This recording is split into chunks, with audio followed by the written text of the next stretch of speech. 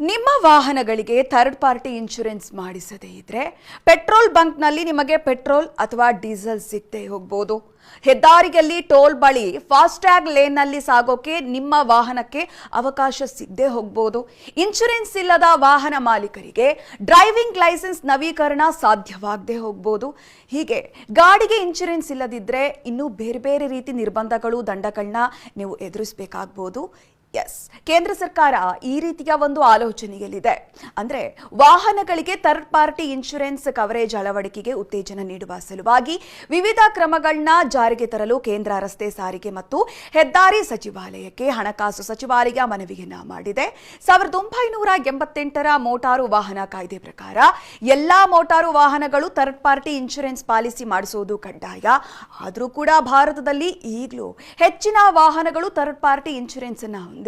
ಹೀಗಾಗಿ third party insurance ಕಡ್ಡಾಯವನ್ನಾಗೊಳಿಸಲು ಹೊಸ ಕ್ರಮಗಳನ್ನ ಕೇಂದ್ರ ಸರ್ಕಾರ ಜಾರಿಗೊಳಿಸುವ ಸಾಧ್ಯತೆ ಇದೆ.